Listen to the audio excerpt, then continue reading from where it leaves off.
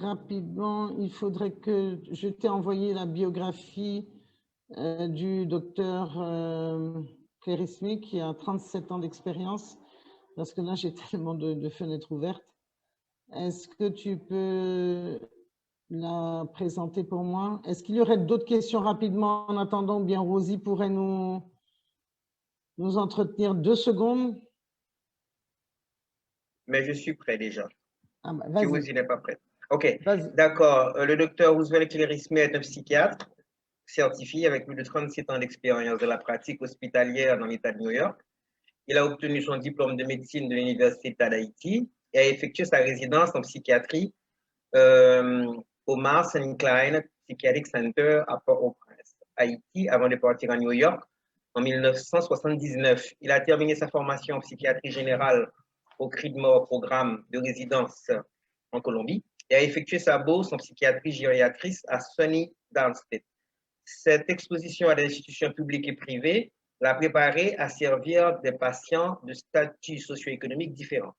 Durant sa carrière, il a occupé des postes de direction dans différentes institutions.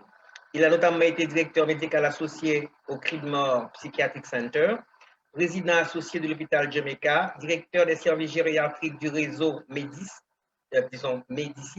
et actuellement directeur de l'ECT, thérapie électroconvulsive, au Mercy Medical Center. Il exerce en pratique privée depuis 1993 et est le fondateur et directeur médical de Queens Multicare PC, un centre médical à New York qui se spécialise en neurologie et psychiatrie. Le docteur Clérismé est très impliqué dans la communauté haïtiano-américaine. Son cabinet est au cœur de la communauté haïtienne de Queens Village, à New York. Il anime une émission radiophonique sur la médecine générale à perspective haïtienne et est régulièrement invité sur différentes autres émissions radiophoniques. Il est très impliqué dans l'Association médicale haïtienne à l'étranger depuis 1982 et a occupé différents postes de direction au sein de l'organisation au fil des ans. En tant que trésorier, puis président de la section de New York et plus récemment en tant que président du comité exécutif central, il est un conférencier régulier aux conventions annuelles de l'Association médicale haïtienne depuis le début des années 90. Voilà. Merci, merci beaucoup, Rudy. J'espère que Tayana est prête. J'aimerais rapidement encore remercier le docteur Clérismé parce qu'il allait prendre l'avion et malgré tout, il a répondu à nos questions par rapport à la situation en Haïti. Et la première question que je lui ai demandée, c'est évidemment, vu l'environnement dans lequel on vit, quelles sont les conséquences du stress quotidien sur nous, mais également du stress, la différence entre le stress quotidien et le stress chronique. Alors, voici le docteur Clérismé. Merci beaucoup. Psychologique, ou a gagné leur sous stress, c'est une anxiété extrême, une situation de tension, côté que ou pas dormir, côté que ou sans tout fatigué tout le temps, ou ou capable de gagner des cauchemars, ou gagner et lorsque son événement qui t'est frappé de façon intense, il est gravé dans la mémoire, côté que l'a répété de façon continue. C'est comme ça, un film pour répéter, pour foutre retirer dans la tête. Donc, ça vient rendre la vie impossible. Et là, était de façon continue, on va pas développer une situation d'impuissance, côté comme ça, entrer dans un état de dépression. En fait, avec toutes les conséquences que la dépression a gagné avec lui-même. Au point de vue physique, lui-même, ou gagner des problèmes qui sont capables d'attaquer différents systèmes. Ou un système cardiovasculaire là, en particulier, qui est très affecté, avec excès d'adrénaline, ça, qui sont substances qui ont tendance à augmenter la tension. Donc, mon ça vient hyper tendu. Et d'après les dernières recherches que vous faites, il y a un fort pourcentage d'hypertension en Haïti. Si je ne me trompe, près de 40% adultes en Haïti souffrent d'hypertension. Et l'autre problème qui gagne encore, l'excès de cortisone qui a pompé tout, qui fait que mon ça gagne en pile l'autre problème pour capable de bataille avec infection. Lorsque continue définir, mon ça devient plus susceptible à infection et système immunitaire ou même capable de affecter. Et pas seulement ça, puisqu'on va parler de tension, excusez-moi docteur, mais est-ce qu'on connaît que avec AVC qui est capable de gagner, ou qu'on est que je dis en Haïti, l'AVC est la deuxième cause d'handicap en Haïti. Ouais, ça c'est un gros problème. Problème de AVC, accident cérébrovasculaire. Lorsqu'on a AVC et dans un milieu qui bien équipé, ou à l'hôpital immédiatement, on est capable de bon de médicaments qui pour éviter que le chaos sanguin reste trop longtemps pour ne pas faire des dégâts. On va pas la faire d'embouteillage là. Lorsque pour le temps pour s'arriver à l'hôpital là, au bon espace d'environ 1 heure de temps, 2 heures de temps, on est capable de sauver pour empêcher les conséquences de l'accident cérébrovasculaire.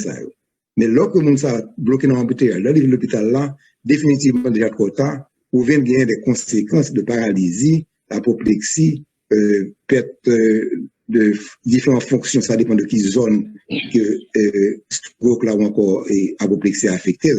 Donc, c'est un gros problème qui gagne. Le problème qui gagne, c'est le fait que même lorsqu'on a un dommage cérébral, une série de techniques de réhabilitation qu'on est capable de faire, qui demandent un certain équipement, un certain argent. Donc, nous ne savons pas les moyens pour être capable de faire face à ça. Donc, lorsqu'on fait un accident cérébrovasculaire, nous sommes arrêtés cocobé, il devient vraiment une charge pour la société. Alors, docteur, il y a des autres maladies que nous sommes capables de développer. Il y a un diabète, toutes sortes de qualités de maladies que nous sommes capables de développer avec stress là. C'est le même problème, ça, comme on dit, que lorsqu'on sous stress, on a différentes façons pour essayer de diminuer. Et une façon qui est plus accessible pour dire la vérité, c'est manger. Et particulièrement les carbohydrates, les farineux. Donc, nous avons tendance à manger beaucoup plus que besoin, qui fait que vient augmenter le risque de développer le diabète. Et comme nous dit que, à bien production de cortisol, encore une fois, ça vient augmenter le risque de diabète. Et l'autre problème physique qu'on est capable de gagner, à part le système cardiovasculaire là, ou le système digestif là, nous sommes capables de gagner manque d'appétit, ou capable de gagner des douleurs d'estomac, des nausées, diarrhée, constipation, dans le système urinaire, ou capable de gagner des rétentions urinaires, ou bien que la pipi sous lit est rapide, ou bien un système nerveux, côté où on a de tête fait mal, ou on a de douleur dans différentes parties de corps, ou pratiquement tout système capable d'affecter leur communauté sous stress de façon continue. Alors, ou capable de gagner d'autres pathologies avec crise de panique. Oui, ça fait partie de l'anxiété. Lorsqu'on a une anxiété qui arrive à un certain paroxysme, là, ça parler de panique. Panique, là, c'est un bail qui est tellement intense, là, ça ouais que, comme si on a dit que c'est la fin pour vous. Donc, vous sentez qu'on va pas foutu respirer, qu'on va battre fort, le corps sauf l'estomac, vous sentez que vous venez tout dit, vous pas évanoui. Donc, et lorsque le bagage ça arrive plusieurs fois, moun ça qui gagne une situation de panique, chaque fois que les lever, la attente qui leur prend une panique encore. Donc, une attente de panique. Donc, là, ça, moun ça ville pas foutu et normal, il n'est pas foutu concentré, il n'est pas foutu performer dans le travail. Donc, là, ça, on manque de production et la comme ça. Alors, docteur, nous souhaitons des conséquences de stress qui sont stress au quotidien en Haïti. Évidemment, il y a un stress dans toute ville. New York, certainement, son ville, côté grand pile stress tout. Et puis, je l'ai dit avec pandémie, coronavirus là, bon, dans pile monde qui a pile stress partout dans le monde, il y a gros problèmes de dépression, il y a même des monde qui tuent tête, la compliqué. Par contre, en Haïti, la pire parce que nous presque dans une situation de guerre, hein, docteur. Donc, est-ce que vous êtes capable de parler nous de Kounia là, différence entre stress qu'on vit tous les jours avec le stress la vie chronique?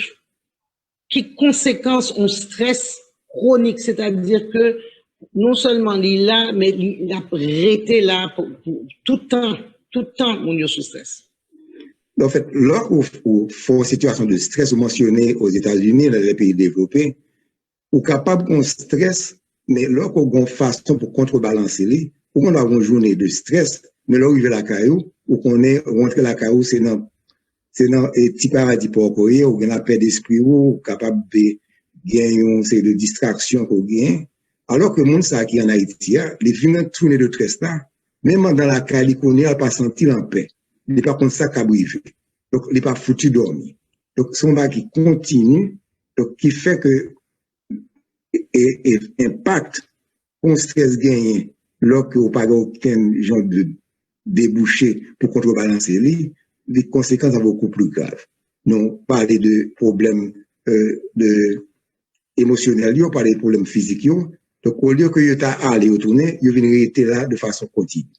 Et lorsque vous fait face à une situation de stress continu, vous cherchez une façon pour joindre un répit. Et le plus souvent, comme nous dit que manger en pile là, c'est une là-dedans, cigarette là sont l'autre, et alcool là, et en fait, malheureusement, dans le milieu, nous, en Haïti, et abus d'alcool, au contraire, négocier, il y a bat bravo qui n'est qui a boire plus fort que l'autre. Donc, le monde, ça, il a abusé d'alcool, et qu'on y a, nous connaissons en Haïti, qui a accès à une série de substances, que ce soit que, et ça qu'à comprendre, ça qu'à permettre d'acheter marijuana, ça qu'à acheter cocaïne. Donc, nous avons moyen, donc, on va chercher une façon pour capable de joindre un genre de répit le plus rapidement possible. Et cocaïne, c'est un médicament, une substance, drogue qui boit une réponse le plus rapide possible. C'est ça fait qu'il est extrêmement addictif. L'autre problème, il y a en Haïti, c'est de médicaments qui aident avec anxiété, qui a supposé des médicaments contrôlés. Alors que même en Haïti, on va juste aller dans une petite porte de pharmacie, ou acheter un Valium, ou acheter un Ativan, ou acheter un Xanax, sans prescription. Donc, c'est des gens qui ont abusé de substances, ils dépendent de eux indéfiniment. Donc, là, ils ne peuvent pas acheter encore. L'offre a une addiction aux substances, une accoutumance, ou une esclave de substances. Ou fait n'importe quoi qui existait pour qu'on joindre.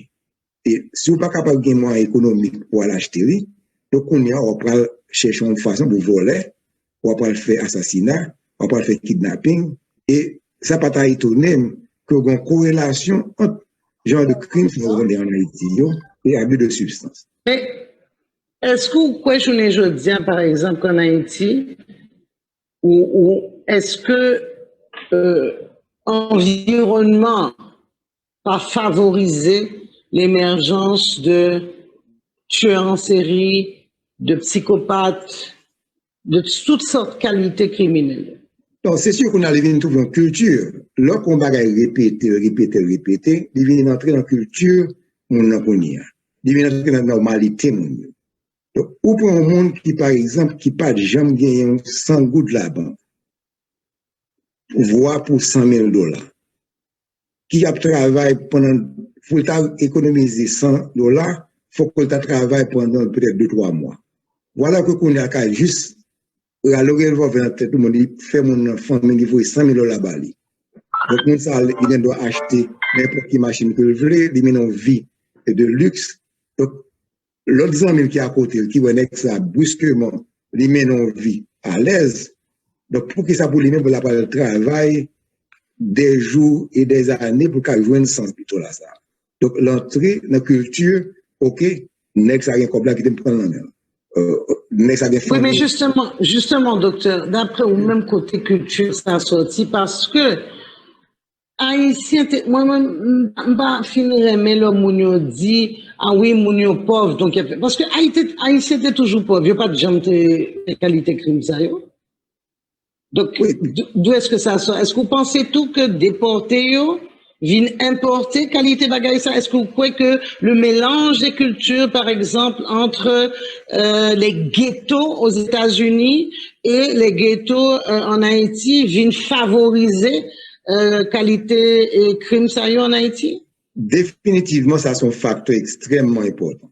En pile de monde qui t'a foncé de crimes boricides que déporté, ils sont habitués à un standard de vie côté que l'arrive en Haïti, il n'y a pas de travail, il n'y a pas de foutu, continuer même un standard de vie, ça. Donc, seule façon pour être capable qu'il y ait un bon standard de vie, c'est des actes criminels. Or, il y a déjà une habitude criminelle, là.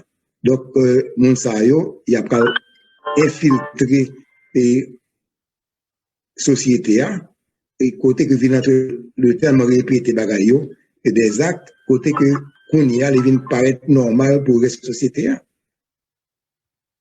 Frappé, docteur, que dans nos sociétés, donc pas nous, et puis nous ouais des télévisions qui ont passé une série de films, côté où ouais quelques moun décapités, qui roulé à terre, et puis à n'importe quelle heure du jour et de la nuit, donc on va qui le petit moun a regardé ça, qui moun et puis, là, nous avons parlé de ça avec Haïtien, ils disent, ah non, ma chère, bah, de film. Mais ça a été prouvé, docteur, que ça soit les films, que ça soit les jeux vidéo aujourd'hui qui entraînent des gens à tuer d'autres personnes, notamment des jeunes. Donc, est-ce que dans ce sens-là, qui conseille ou ta bail à la société haïtienne? Est-ce qu'il ne faut pas penser qu'il faut avoir des régulations dans ce sens-là? Définitivement, toute société supposée gagner une façon pour protéger particulièrement les vulnérables. Pour parler de Timon Piti, donc pour pas parler, pour pas demander pour mettre des babouquettes dans la bouche tout le monde, mais il faut qu'on ait une façon qu'on ait un contrôle pour que une série d'images pour protéger Timon de lui-même. Une série de l'heure, une série de type de film qu'on pas supposé permettre qu'il a passé au cours de la journée pour le Timon est debout. Une série de clubs côté que ou pas supposer qu'on certain âge pour capable entrer là-dedans. Donc normalement il faut qu'on gagne une approche côté que gagne un respect de l'ordre, une série de structures qui mettent en place pour au moins protéger innocents.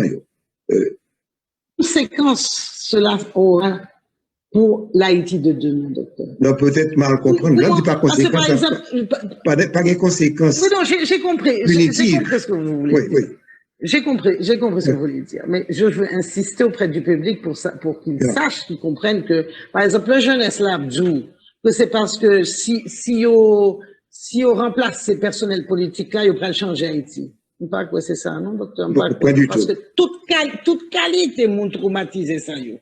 Bien avant les crimes, parlons même du traumatisme, des catastrophes naturelles, de goudou. Tout bagaille ça, yo, côté la santé mentale, yo pas jamais occupé ça.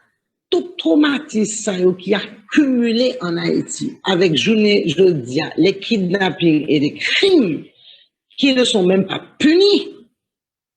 Quel Haïtien allons-nous former demain, docteur? Bon, en fait, avec quel Haïtien nous prenons construire notre pays?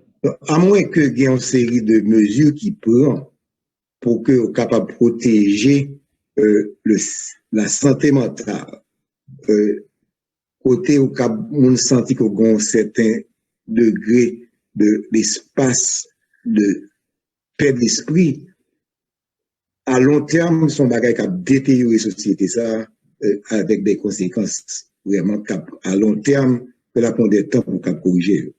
Donc, je crois que c'est, si on côté pour investir, c'est, premièrement, limiter une série d'actes criminels pour capable gagner des conséquences à crime, ça, et mettre une façon, côté gagner des professionnels, côté que monde ça qui a fait faire ça stress, ça, donc c'est des mesures capables de prendre, pour capable graduellement éliminer excès ça.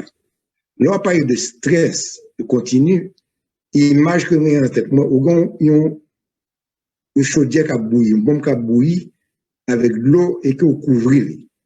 Donc, éventuellement, vapeur, ça a produit tout le temps, l'a éclaté, cette bombe ça. Donc, là qu'on gagne un système de support, on gagne une couverture vraiment, mais couverture a une fuite là dans lui, au fur et à mesure que chaleur fait là, la permettre que l'échapper, donc le sang va condenser. Donc c'est la forme de psychothérapie, de support, que ce soit avec des professionnels et académiques, que ce soit avec ceux de monde qui ont formé, juste pour après le cas coûter l'autre monde. Le bon problème qui fatigue, ou il y a un monde qui parler avec lui en toute confidentialité, que va répéter dans l'autre monde. Donc, ça seulement, qui fait une grande différence. Former un série d'agents communautaires qui ont entraîné pour être capable d'aider les gens ventiler, aider à exprimer, aider à comprendre comment les émotions bouillent et qui conséquences capable de gagner, comment capable de chercher l'aide qu'ils ont besoin. Et là, ça, moun sa yo, yo capable de référer bon professionnel si nécessaire. Avec une approche aussi simple, qui dans chaque école, t'as capable de gagner des conseillers ou des communautés sur les réseaux, qui pas nécessairement besoin de son qui a un degré académique, mais qui formé pour qu'à comprendre et aider le monde avec émotion. Donc, ça capable un début pour pallier à des conséquences plus graves. Docteur Mtareme, que vous dites, une société comme ça, ça l'a fait à Timon. On va parler de Timon. Donc, ce qu'on comparer et fait impact que gagne, un stress gagne son grand monde avec un petit monde, est tout à fait différent. Au moins, grand monde qui déjà a une certaine personnalité bien solide, lui prend stress là, lui bataille avec lui, il faut appeler des vrais, mais capable plus ou moins réadapter. Alors que Timon lui-même, qui n'a pas aucune expérience, qui est tout à fait innocent, qui n'a pas une structure de personnalité pas quand même formée même, donc là, fait face à une série de stress continu, donc dommage que le travail fait sous l'IA, son bagage qui est capable de continuer avec lui des années et des années pour le reste de ses jours. L'on a traité on sait de grand monde, puis fort monde qui gagne de pathologies extrêmes. En fait, une partie de l'évaluation, c'est pour enfants. Puis fort monde ça qui a un problème de stress qui était exposé à traumatisme dans l'enfance, sous fouiller ou à joindre un pile là-dedans, c'est une source de pathologie puis de l'eau. Comparaison, tu as fait un grand monde. Par exemple, ou un mur qui fait en béton armé ou un mur qui fait en sheet rock. Ou pour un marteau frappé dans le béton, il doit décaler un peu. Mais pour un marteau frappé dans le sheet rock là, donc sheet rock là, tu as un petit monde lui-même ou enfoncer.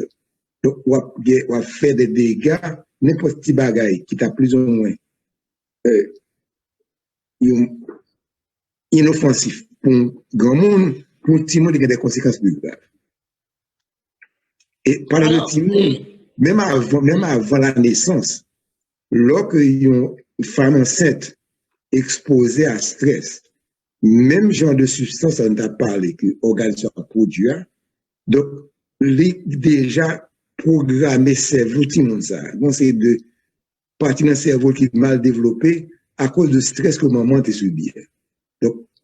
Donc si on ça on parle préparer pour ces servicieux côté pas dépendant de société, pas qu'à vraiment un citoyen responsable et capable de servir la société, d'après plus on charge pour la société. Ma prends exemple, dans vie, moi, te connais déjà, il y a des années, le petit monde te connaît sniff la colle cordonnier. Ensuite, j'étais dans la rue. Yo pas gain personne pour occuper yo, l'État pas occupé yo. Eh bien, je dis, ouais, ça a tourné. L'autre exemple, docteur, les assassins, justement, d'Evelyne Sévère. Moi, je calculais, j'ai 23, 24 et 27 ans. Eh bien, il y a 10 ans, quand Martelly est arrivé au pouvoir, ils avaient 13, 14 et 17 ans. Ça veut dire qu'en 10 ans, on est capable de transformer des jeunes Timoun en monstres. C'est ça, ils levé là-dedans, c'est ça, ouais. C'est ça qui est normal pour eux. Donc, pour eux-mêmes, ce n'est pas un gros problème. Mais pour toute société, c'est un gros problème. Donc, si pas une action qui prend, donc, dans 10 ans, vous imaginez qui genre de société quoi gagner. Alors, parlez-nous de ça, docteur. Quel futur vous voyez pour Haïti avec autant de traumatisme aujourd'hui dans le pays? Bon, c'est dit que l'être humain qui a une capacité d'adaptation extrême. c'est sûr que ça n'a pas de là, c'est de crimes urbains. Mais Haïti, quand même, son population est plutôt rurale. Bien, il y a une série de proches dans la société qui, on va pas dire que tout à fait. Docteur, excusez-moi, il y a un gang dans toute section communale. Non, je connais. Mais pas avec intensité que vous avez gagné dans la ville. Au moins que moun ça, peut-être qu'on attend un bail occasionnel comme ça, au moins l'autre la Cali, il est très peu probable qu'on n'a pas l'entrée dans la Cali et prendre. Et comparé, par exemple, nous qui vivent dans des bidonvilles à bord de Port-au-Prince. Et la féminisation du crime, docteur? Parce que vous voyez que les gens, mesdames, jeunes filles, bébés, et femmes âgées, de plus en plus femmes victimes. Comment vous analysez féminisation crime en Haïti? Bon, nous avons une société de macho, côté que les glaces un petit peu, pour que le gain valeur masculine, faut que le capable coucher autant de filles que le capable. Donc, au contraire, comme c'est son marque d'honneur pour lui, combien de monde que le gagne. Donc, là, comme ça a des moyens, ou bien économiques, ou bien moyens de force, de pression, donc l'abuser, et malheureusement, qui est victime, c'est dames ça. Oui, mais c'est surtout qu'il faut comprendre que le cas déjà que c'est pas un acte sexuel lié, hein, c'est son acte de pouvoir. Hein. Oui, bien sûr. J'aurais tellement d'autres questions pour vous, mais nous t'arrêtons peut-être que solution t'es pas tout à l'heure. Nous t'arrêtons, bon, pour discuter ensemble, c'est vrai que faut t'agir aujourd'hui beaucoup plus d'institutions côté mounio capable de joindre des traitements, hein, à le consulter. Et il est toujours difficile parce qu'il n'y a pas de COP, donc l'État n'a pas occupé ça du tout. Mais est-ce que justement, entre diaspora, par exemple, avec Haïti docteur, vous croyez que dans pile docteur, parce que par exemple, pile docteur en Haïti, oui, et puis regardez, il y a tué docteur, il a kidnappé docteur, maintenant docteur mourir avec Covid, c'est pas blague, hein.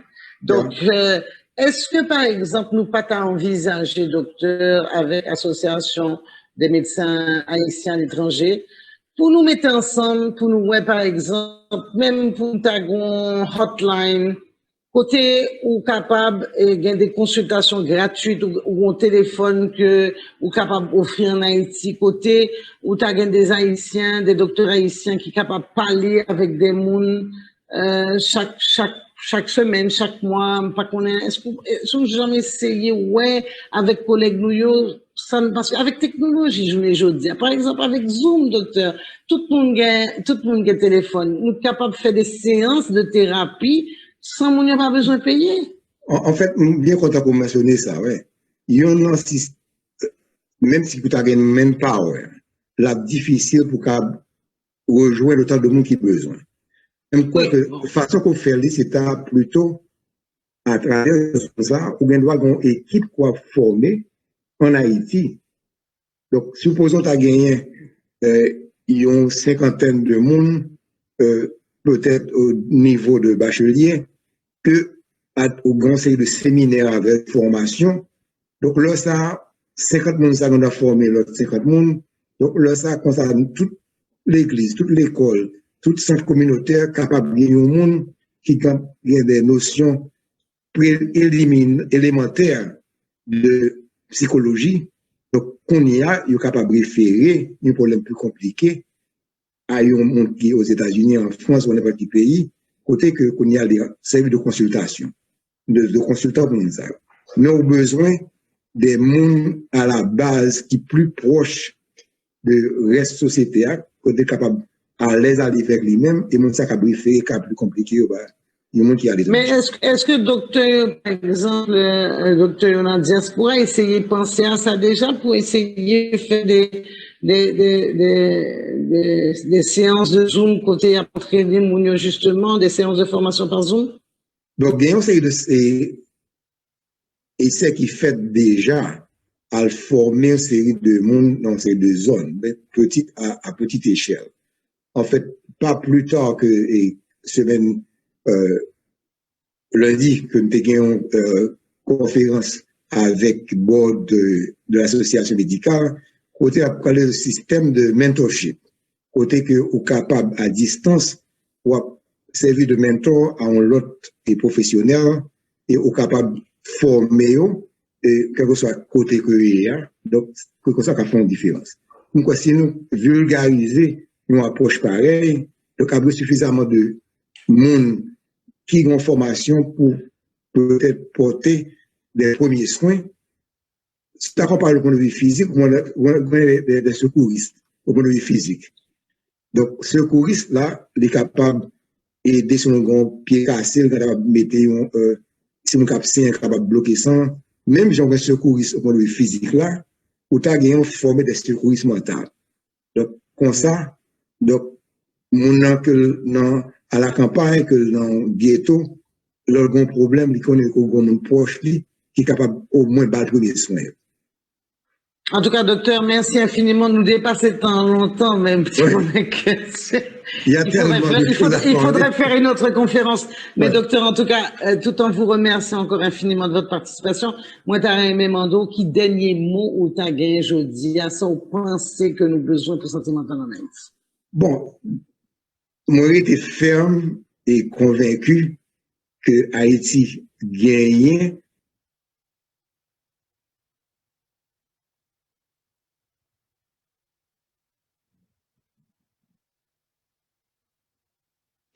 Allô, allô? Il y a un petit problème, mais en tout cas, j'aimerais juste remercier Tayana Picard qui a travaillé jusqu'à plus de 3h30 du matin pour faire ce montage parce que l'interview avec le docteur avait commencé déjà à 10h du soir et on a dû faire des montages. L'interview a duré plus de 50 minutes et on a dû faire des montages pour vous présenter quelque chose de court, mais qui vous montre l'importance de la santé mentale, l'importance de l'insécurité, de ces crimes et tout sur la société haïtienne. Est-ce que tu m'entends, Rudy? Très bien. Bien. Alors, j'aimerais vraiment remercier Tatiana pour tous ses efforts. J'aimerais vous remercier aussi d'avoir été là. J'aimerais remercier le docteur Clérismé qui a vraiment fait un effort colossal, hein, parce qu'il était entre deux avions et puis il a été prévenu à la dernière minute parce que le docteur Méance n'a pas pu participer. Donc, je tiens vraiment à remercier le docteur Clérismé. Mais vous voyez, alors on a dû couper certaines choses, mais vous voyez comment… Alors, on a parlé de beaucoup d'autres choses, je dois vous dire. Hein. On a parlé de différents types de crimes. J'aurais aimé que James est là. L'émergence et la possibilité d'avoir des tueurs en série en Haïti n'est pas écartée. Okay? Donc, voilà des sujets qui devraient interpeller nos politiciens qui ne sont jamais là quand on fait nos conférences. Maintenant, nous avons une commission nationale de la crise pour une solution haïtienne qui a été montée là, récemment. Je crois qu'elle a beaucoup de travail. Elle a beaucoup de travail à faire parce que la perception que nous avons de la crise haïtienne, beaucoup de gens croient malheureusement que dès que Jovenel Moïse va partir, tout va se régler. Non, ça ne sera pas le cas. Je crois que James a quelque chose à dire à ce sujet. Merci Nancy. Justement, j'ai noté dans l'exposé du docteur qu'il a mis l'accent sur l'impact des déportés dans l'aggravation de la violence et de l'insécurité en Haïti. Et moi, je dois vous dire que au début où la question des déportés, des enjeux liés justement à ce phénomène ont été débattus dans l'opinion publique nationale, il y a des acteurs, notamment des gens proches des Américains qui ont essayé et qui ont réussi à marginaliser justement l'impact des déportés dans la crise de sécurité en Haïti. Et malheureusement, ils ont réussi leur coup parce qu'ils ont essayé de modifier les discours des autorités étatiques relatifs justement à ce phénomène. Alors que la réalité empirique et l'observation des faits nous enseigne tout simplement que ces déportés ont des impacts divers sur l'aggravation de l'insécurité. D'abord, lorsqu'on parle de déportés, et le docteur l'a précisé, on parle d'haïtiano-américains ou encore d'haïtiens, si on veut, mais qui ont bénéficié d'une certaine culture de criminalité dans un pays comme les États-Unis, avec tous les accessoires, toutes les techniques dont peut disposer justement le milieu criminel américain. Et ce sont ces gens, ces individus-là qui vont se retrouver en Haïti, donc assurément, on va assister à une sorte de transfert de compétences. Bon, est-ce qu'on peut transfert de culture, disons. De transfert de mauvaises pratiques au profit des gangs locaux. Et c'est à plusieurs niveaux. Donc, ce qui va entraîner une certaine spécialisation des gangs haïtiens, c'est pour cela qu'on va assister à l'émergence du kidnapping qu'on n'avait pas dans la culture criminelle en Haïti. Le kidnapping, il faut le rappeler, c'est un phénomène criminel récent. D'accord? Et ça a commencé justement avec le kidnapping de certains individus impliqués dans le narcotrafiquant à titre de règlement de compte. Ça a commencé comme ça. Et c'est venu en Haïti à travers justement ce transfert de mauvaises pratiques criminelles. Il y a la spécialisation, même le trafic, le vol de véhicules a toujours existé, mais le trafic transfrontalier de vol de véhicules, eh bien, nous est venu en Haïti avec des déportés qui pratiquaient déjà dans ce domaine-là en Floride. Donc, vous voyez, donc c'est encore une spécialisation. Et ou puis, professeur le en faux République monnayage, dominicaine. Ou en République dominicaine. Oui, c'est ça. Et sans compter le faux monnayage. La contrefaçon de monnaie, même pour la bourse haïtienne, eh bien, c'est la technique, nous est venue à travers justement ces déportés. C'est pour la radicalisation de la violence criminelle à laquelle on assiste, eh bien, les déportés ont également et sont pour beaucoup dans cette radicalisation de la violence. Merci. Je voudrais signaler que quand on parle de déportés, on parle de déportés qui ont commis des crimes. On ne parle pas de ceux qui ont été refoulés pour des questions de migration.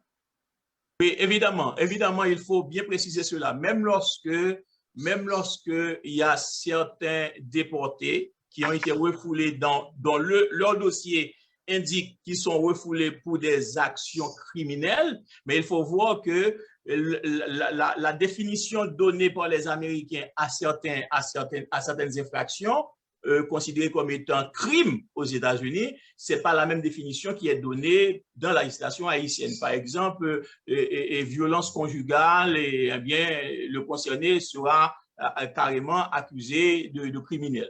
Donc, il faut établir bien la différence.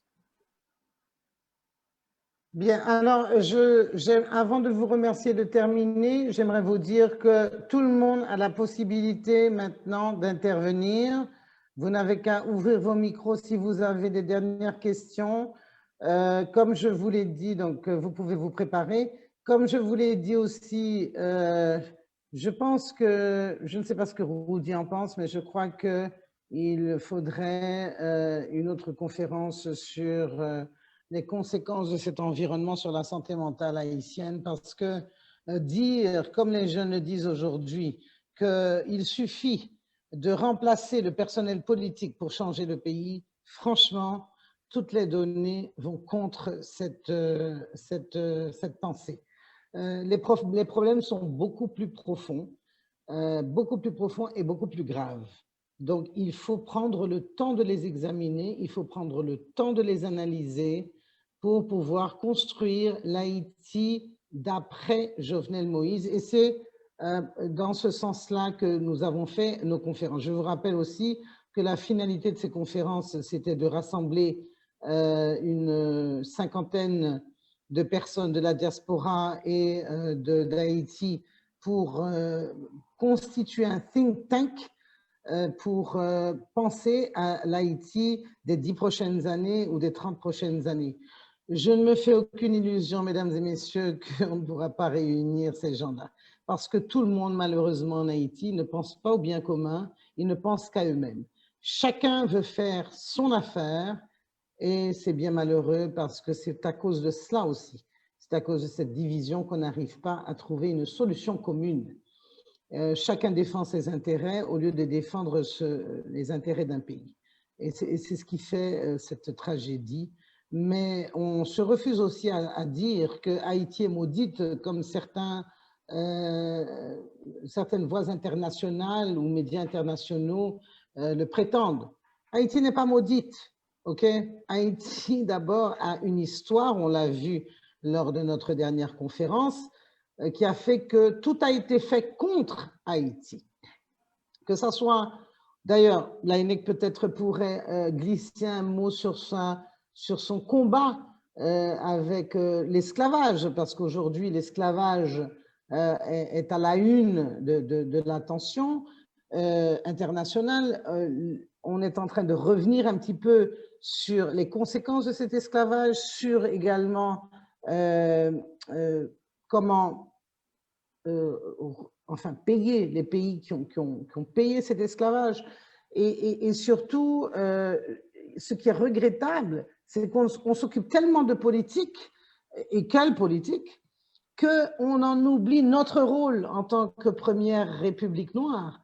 Aujourd'hui, et l'ANEC, j'espère, me soutiendra là-dedans ou me démentira, bien sûr, il en a tout le droit, mais si nous nous occupions vraiment des vraies choses, eh bien, Haïti devrait être ce phare, cette lumière, ce leader qui devrait pouvoir ouvrir les portes de cette nouvelle pensée de la décolonisation nécessaire dans le monde aujourd'hui. C'est Haïti qui a ouvert les portes de la modernité. On l'oublie parce qu'on nous a catégorisés et malheureusement, nos compatriotes, surtout nos gouvernants, ne nous ont pas aidés. Mais Haïti aujourd'hui a toute sa place, plus que jamais, pour pouvoir redevenir cette lumière qui guide le monde vers une décolonisation, qui guide le monde vers cet arrêt de l'esclavage sous toutes ses formes. Laïnek, j'aimerais que tu dises un mot. Les autres, si vous avez des questions, c'est le moment ou jamais. Tu as également pour Rudy. Non, si tu as dit l'essentiel, je te remercie. On devra revenir sur cette question-là un de ces jours. Mais je travaille déjà en relançant le projet de la route de l'esclave, le projet du musée de l'esclavage, qui devra nous permettre de reprendre l'ensemble des musées qui existent en Haïti, qui ne sont pas toujours tous en bon état, et qui ont besoin en tout cas d'être soutenus, l'ensemble des sites historiques, les lieux de mémoire qui devaient être restaurés. On devra penser à tout ça. Effectivement, cela va avoir des conséquences au niveau de la vie des artistes, la vie des chercheurs, la reprise des traditions. Ça relancera un peu tout le travail de la pensée et des arts en Haïti en même temps, et ouvrira, comme tu l'as dit, de nouvelles portes pour l'avenir du pays. C'est sûr, on va se penser autrement, revoir notre passé autrement en fonction précisément dorénavant de l'avenir. Oui, ça sera intéressant, on y reviendra. Il y a d'autres questions? Rudy, si tu as quelque chose à dire. S'il y a d'autres questions, mesdames et messieurs, merci beaucoup d'avoir été là. C'est le moment d'intervenir. Ça ne se termine pas. Nancy? Oui?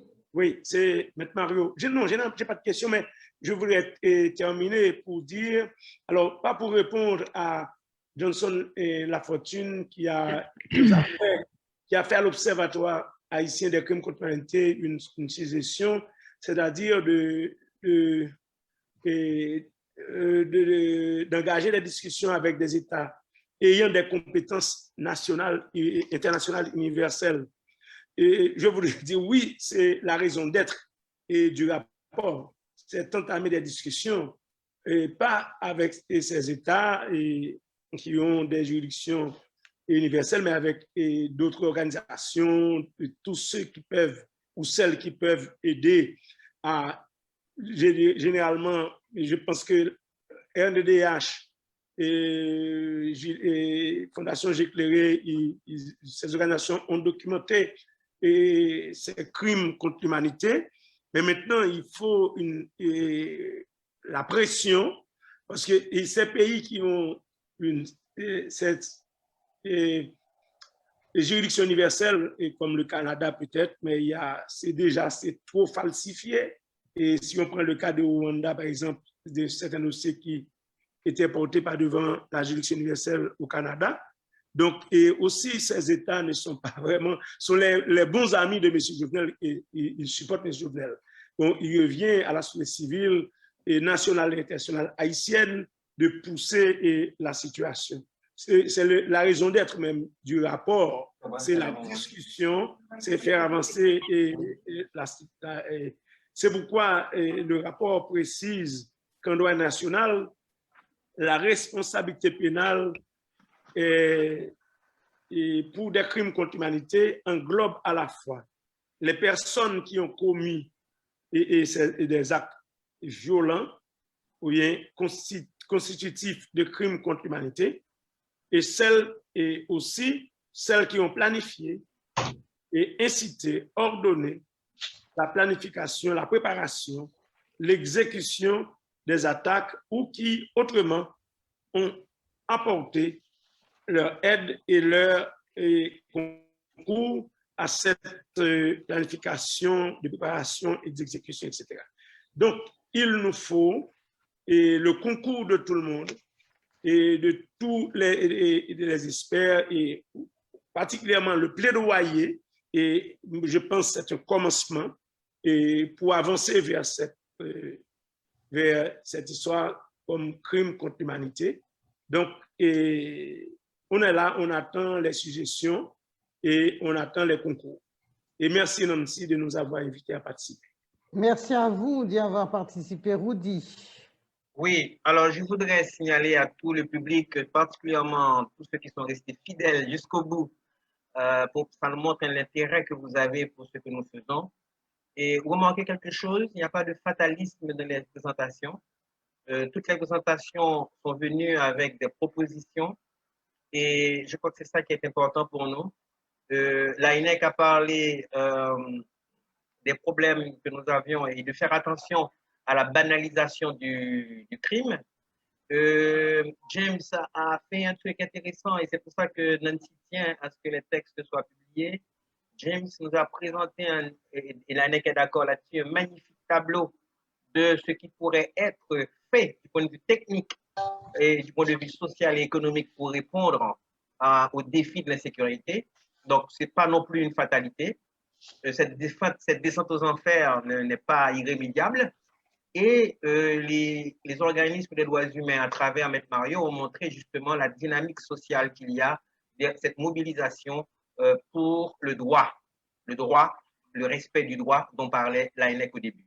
Donc, mes amis, c'est très important de bien comprendre que ces conférences ne sont pas faites dans un objectif simplement d'élaborer un discours du déclin, mais un discours justement dynamique, positif, dans le sens du changement. Produire de la connaissance. Et puis qui puisse inspirer aussi les gens. D'ailleurs, depuis notre première conférence, on a pu constater avec plaisir que ce type d'événement était en train de se propager, à part que nous le faisons plus de façon académique et scientifique. Et encore une fois, je vous rappelle que tout ceci est fait gratuitement. Nous avons choisi de ne pas avoir de sponsor, de n'être pas payé par qui que ce soit. Ceci est uniquement fait pour le bien commun. Et c'est pour ça que c'est regrettable de voir qu'aucun politicien n'est présent. La dernière fois, je dois souligner que Jerry Tardieu était là. Et puis, ce sont ces gens-là qui ne comprennent même pas le pays, qui ne l'analysent pas, qui demain voudront être des présidents de la République. Alors, ce n'est pas étonnant qu'on échoue à chaque fois. J'aimerais encore remercier aussi Tatiana Picard, mes partenaires, Rudy, évidemment, mon bras droit, et j'aimerais remercier aussi quelqu'un qui nous a aidés sans rien demander aussi, sachant qu'on ne demandait rien. C'est notre graphiste Réginal André, qui est un jeune, donc il a besoin de vivre aussi, et bien il nous a offert ses services. Et je le rappelle, la dernière fois, tout le monde a dit « Ah oui, il faudrait qu'on ait ces conférences en anglais, en français, en créole et en espagnol même ». mais où sont les gens pour nous aider? Et je vous dis franchement, mesdames et messieurs, moi, même si c'est une de mes spécialités, c'est la levée de fonds, mais dans le cadre d'une crise aussi importante haïtienne, je me refuse de demander de l'argent à qui que ce soit pour publier quoi que ce soit. Si nous ne pouvons pas nous mettre ensemble pour pouvoir rassembler toutes les pensées de ces intellectuels que nous avons réunis, de ces spécialistes de la sécurité, etc., et pouvoir publier ces textes pour les jeunes recherches, les jeunes chercheurs, et les plus âgés, et les étrangers, pour qu'ils comprennent mieux Haïti, eh bien, je ne vois pas comment est-ce qu'on va reconstruire un pays, parce que là, nous parlons de choses de base. Donc, voilà, c'est tout ce que j'ai à dire. Nancy. Nous aurons 2 autres conférences, je crois, pour terminer. Non, une seule conférence pour le rôle de la société civile. Et puis, moi, je rentrerai dans mon trou. Nancy, écoute, il y a Dominique Martin et Rachel Doucet qui avaient 2 interventions, mais je vais simplement leur répondre rapidement. Que pour Dominique a posé le problème, elle est de la fondation de la diaspora. Elle se demande que faire par rapport à l'insécurité pour les Haïtiens qui veulent rentrer en Haïti. Je dis à Dominique que la réflexion va se poursuivre et James, à travers son think tank, on va revenir vers toi, James, sur la production d'une pensée de la sécurité en Haïti. Comment justement faire face au délire insécuritaire que nous vivons. Donc ça, c'est pour Dominique. Et puis pour Rachel qui a posé le problème du lien social, il y a Patrick Attier aussi. Patrick Attier a une question. James, il faudrait abaisser votre main, s'il vous plaît. Patrick Attier également. Oui. Et tu as la question de Patrick? Non, je n'ai pas, mais je vais la chercher. Mais la question autre chose que je voulais spécifier, très important quand même avant de terminer, c'est que, bon, peut-être que beaucoup d'entre vous n'étaient pas là la première fois, mais on avait aussi voulu tracer des modèles de la même façon qu'on ne voulait pas être financé par quiconque pour pouvoir être indépendant et pas être accusé de profiter à tel ou tel groupe. Nous avions, en tout cas moi j'avais insisté pour que nous ayons autant de femmes que d'hommes. Malheureusement, cette fois-ci, ça a été pratiquement impossible et c'est très, très difficile. Donc, nous demandons aux femmes de participer davantage avec nous. Autre chose, nous avons voulu faire un pont intergénérationnel entre la diaspora et Haïti et les jeunes ne veulent pas se fatiguer à faire des présentations scientifiques, c'est des PowerPoint. Donc, voilà encore autre chose qui montre qu'il faut travailler plus. Ce pays a besoin de travail, ce pays a besoin que l'on travaille sérieusement sur tous les problèmes qui le secouent et qui secouent notre vie. Et puis, la dernière question que je voulais juste souligner, c'est que nos demandes sur Zoom étaient complètement full. Et donc, on a été très étonnés de voir qu'il y avait si peu de participation aujourd'hui. Eh bien, c'est parce que j'ai appris depuis déjà le début de cette conférence, en m'étonnant de l'absence de tous les inscrits qu'il y avait, c'est qu'il y a en ce moment et depuis ce matin de graves problèmes d'Internet en Haïti. Et encore une fois, c'est ce qui nous a empêchés d'avoir autant de participants, mais ne vous en faites pas, ça sera enregistré sur YouTube et rediffusé sur nos pages Facebook. Donc, je remercie tout le monde. Rudy, une dernière question? Non, c'est bon. Il y a la question de M. Attier qui est en suspens, il l'a reposée 2 fois. Mais j'ai tellement de questions. Oui, donc là, je vais lire. Si vous pouviez m'aider. Okay. La question est la suivante. Pour M. Boyard et Joseph, s'ils devaient conseiller au prochain président 3 décisions en rapport avec leur intervention à prendre immédiatement, quelles seraient-elles? Bonne question. Très bonne question. Est-ce qu'on peut reposer la question, Tatiana? Est-ce qu'on peut reposer la question, Tayana? Oui. Attendez un moment, je vous lis. Monsieur Boyard, Mario Pour Joseph. Monsieur Boyard et Maître Joseph. Oui. S'ils devaient conseiller au prochain président 3 décisions en rapport avec leur intervention à prendre immédiatement, quelles seraient-elles?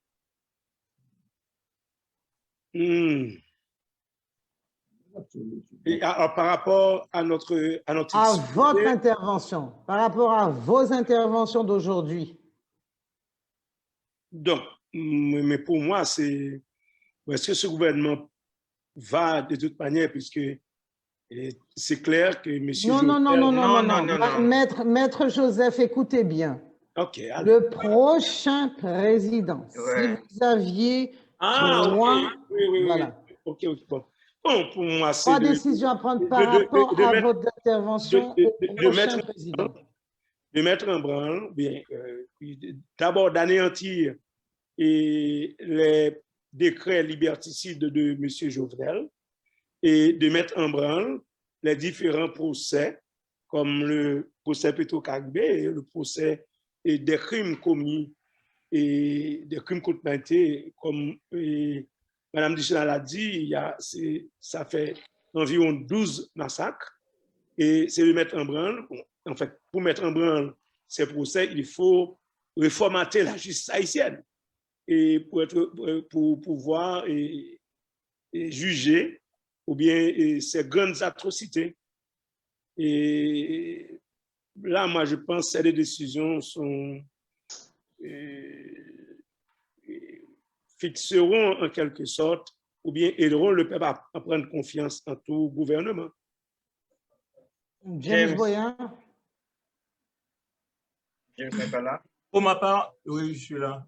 Pour ma part, je dirais rapidement qu'aucun État responsable ne saurait tolérer les gangs armés. Et ceci pour deux raisons. Parce que aujourd'hui, nous sommes en train d'assister à la transformation des anciens modèles de gangs armés qu'on avait en gangs armés territoriaux. Et à ce niveau, c'est encore plus grave. Parce que c'est des gangs armés qui sont en train de prendre possession de certaines parties du territoire. Donc, ce qui remet en question la souveraineté interne de l'État sur certaines parties du territoire. Et le fait que pour l'État de ne pas avoir la capacité d'assurer la protection de ses citoyens et même des citoyens étrangers qui se trouvent sur le territoire par rapport à l'action de ces gangs armés, eh bien, ça pourrait remettre en question également la souveraineté externe de l'État. Donc, pour ces deux raisons, tout gouvernement responsable a intérêt à adopter les dispositions qu'il faut pour neutraliser et détruire les infrastructures de ces gangs armés et reprendre le contrôle sur la gouvernance sécuritaire. Maintenant, quelles sont les stratégies? Eh bien, les stratégies, je les ai déjà formulées à travers des articles, à travers cet ouvrage-là qui vient d'être publié. Et ça porte d'abord sur le développement d'une certaine coopération de type technique avec certains pays clés, tels que les États-Unis pour la coopération en matière technique et en matière logistique, et pour des pays au niveau de l'Amérique centrale pour la coopération en matière technique, en matière tactique, échange de formation, etc., pour mieux outiller les unités opérantes, les unités d'intervention de la PNH, de manière à ce qu'on puisse neutraliser le plus vite possible l'ensemble de ces gangs. Moi, je crois qu'on ne peut pas, tout gouvernement responsable ne saurait ne pas intervenir rapidement à court ou à moyen terme contre l'existence de ces gangs. En tout cas, merci infiniment pour votre participation. Je dois vous dire qu'on a encore d'autres questions, mais il va vraiment falloir terminer là. Mille merci. On nous a demandé à quand la conférence sur la société civile, ça sera en juin. Suivez nos annonces. Merci à vous tous. Et sur une belle note pour terminer tout cela, merci encore à tous mes panélistes, à mon équipe, à Tayana, Rudy, formidable, Rosie également d'avoir été là. Et joyeuse fête des mères à toutes les mères d'Haïti et toutes les mères qui certainement doivent souffrir de voir leurs enfants sous autant de tension, des mamans qui se préoccupent de leurs petits, dans une situation aussi délétère, mais on pense à vous et on sait que vous avez énormément de courage et c'est grâce à vous aussi que cette société tient encore debout. Et j'aimerais vraiment souhaiter aussi joyeuse fête des mères à la plus belle des mamans, la mienne qui est avec moi aujourd'hui. Merci beaucoup. Merci.